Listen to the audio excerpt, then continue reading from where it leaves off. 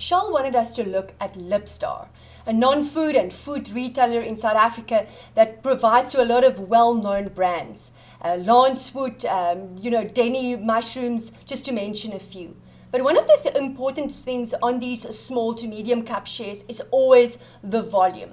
So we want to see if there is enough volume in the stock in order to make sure that when we get in, we will be able to get out. So we can see since about February, there has been more than usual spike in volume. Back in November, the week of the 9th of November, there was a beautiful spike of about 13.14 million shares. So now my big question is, all right, we know there's a little bit more volume. Where was the previous resistance that changed in support? And if I draw a trend line here, we can see that the resistance that was put in place since about December last year has now changed into a support. But more importantly, look how close and almost at the same level, that trend line weighted at the 40-week moving average, which is represented by the red line. And that is weighting at R6.52. When R6.52 changed into a support, we could have assumed that the long-term sentiment towards the share has changed to positive because of that 40-week moving average that had changed into a support. But also that long trend line has now been changed, and we could assume that the trend is on the rise again. Also again, higher lows are visible. Every time the share pulled back, the support was a little bit higher than the previous support level. And we could also see a beautiful cup and handle formation was confirmed there when that level of R6.34 changed into a support. Critical level that needs to remain is R6.52. And obviously, as traders or investors possibly take profit, that R6.52 level has to remain a support in order to remain positive about this share. Yes, we are approaching overbought level, but often in the medium to small cap shares, the stochastic sometimes can remain overbought and the share continues to rise, or oversold and the share continues to decline. So see, it looks like the line graph is turning around. Wait for a pullback, maybe back to R6.52.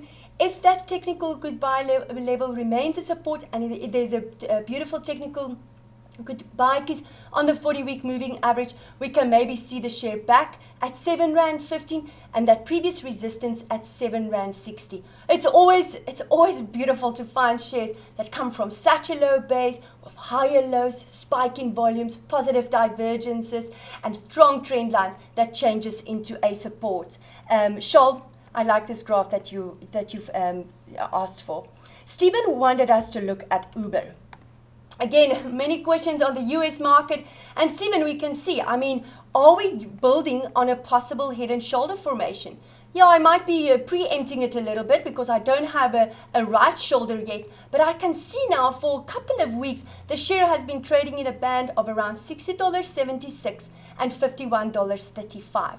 Now, the big question is, I can assume, or the statement I need to make is, I can assume that the momentum to the top will continue when $60.63 starts to change into a support again.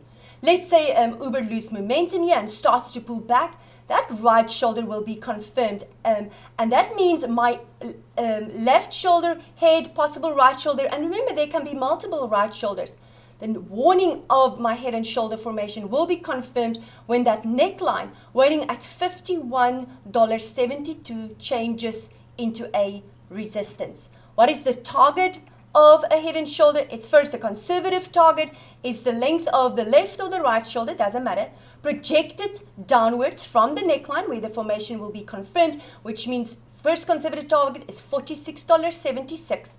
Full target of the formation is the length of the head projected downwards from the neckline where the formation will be confirmed, means the share can go back to 42.02, and that will take me back to below the 40-week moving average, waiting at $42.76, which means the long-term sentiment towards Uber will change to negative again. But as long as we are above the left or the right shoulder, everybody who owns Uber can take a sigh of relief and believe that the momentum to the top can continue. That is waiting at $55.52. But you know what Frans always says, nobody has ever gone bankrupt by taking a profit, but many have by being greedy. So take the easy money, take the profit, and look for something else. Sentient Corporation Jake wanted us to look at Sentient, also one of the favorites in the US market. But now we can see that Sentient is scored within a symmetrical triangle. Now, a symmetrical triangle, Jack, is an uncertain formation. Some call it a bullish pendant because it normally appears after a rise in the price and then a pause in the trend. And should that upper band change into a support again, and if I project it, it is waiting at around $67.33. If that level changes into a support, we can assume again that the momentum to the top will continue. However, when the share starts to change the lower band, waiting at $60.38 into a resistance, we can assume that the share is losing momentum and we can see the top of the share in place and a pullback. Now we can see that this might have been a false break. A false break is when a share price breaks through a strong trend line that forms a formation but pulls back into the formation to confirm the possibility that it might be the inverse. So a false break or whipsaw, it's not uncommon in technical analysis. Remember, it's not an exact science, but we can see the share is back within the symmetrical triangle. And now the question is, can it change that red line, the 40-week moving average waiting at $62.35, can it change that into a support? If there's enough buyers to do that, it can maybe go back to that upper band of the formation. And take note here, Jack, it is oversold on the stochastic. And remember, whether you use the stochastic, RSI, MACD, Bollinger Bands, whatever you want to use to identify oversold or overbought levels, the best way to accumulate or add to a position or buy a share is when the instrument is oversold. We want to consider taking profit when it is overbought and there is a negative divergence. So with this oversold scenario, back into that upper band, I would maybe say this is a great opportunity. Your protection level will be $60.16 that you can use. If you want to make use of a bigger protection level, $57.97 is a nice level that you can use. Remember, you can always use the average true range indicator to make sure that your stop loss is not too tight. Susan wanted us to look at Gilead Sciences. Also, obviously, with all the, in the pandemic, a lot of the medical stocks were favorites, and some of them just sold off massively, when they didn't deliver on time with the vaccines, etc. Now, Gilead was definitely one of them. And we could see in that week of the 8th of February 21st this year, as well as in the week of the 1st of February, Gilead Sciences could not keep that red line, the 40-week moving average, a support. And that weighted at $66.73. And more importantly, we are starting to see lower highs. And that is seen as negative. So the share needs to, at first, starts to change the 40-week moving average, running at $65.48 into a support, and then maybe go back to that resistance at $68.46 and change that into a support, because then positively we might be sitting here with a beautiful cup and handle formation.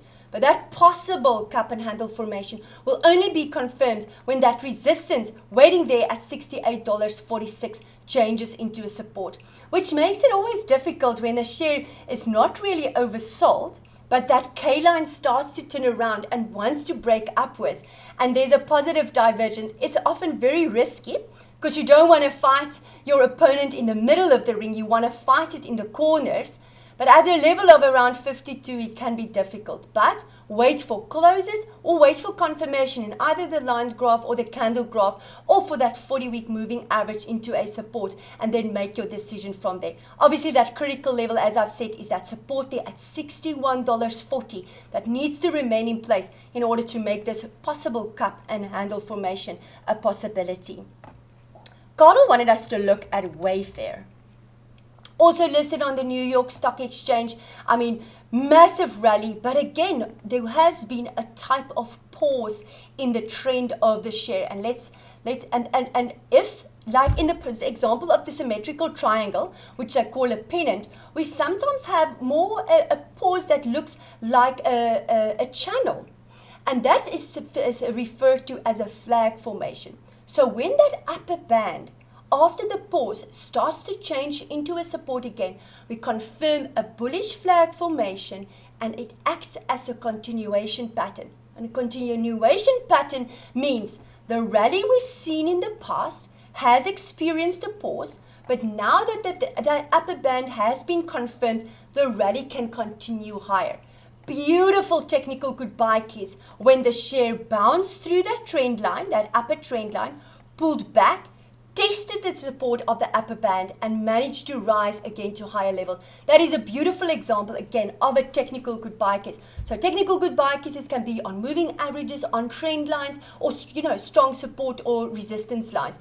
Beautiful thing that also happened there is the next higher low that weighted at $299.94 that changed into a support. And more importantly, look at where the stochastic is. It is sitting on a 49. There's still a lot of room before it becomes overbought, and that bullish flag formation means that the rally we've seen previously can be extended even higher. And also, look, we're above that red line, the 40-week moving average again beautifully pulled back, tested that 40-week moving average, bounced again, which confirmed that the long-term sentiment towards the share is still positive. There was enough buyers to protect the share. And again, it pulled back, didn't even come close to the 40-week moving average and rose again. It's always dangerous to buy a share after it's rallied, but a bullish flag formation is a positive formation that tells you that the momentum to the top can continue. My first sign of weakness on Wayfair would be below $288.98, and then especially that 40-week moving average. The long-term sentiment will change to negative below $267.72. Don't forget to send through your request for next week's show. Have a fantastic week. Take care.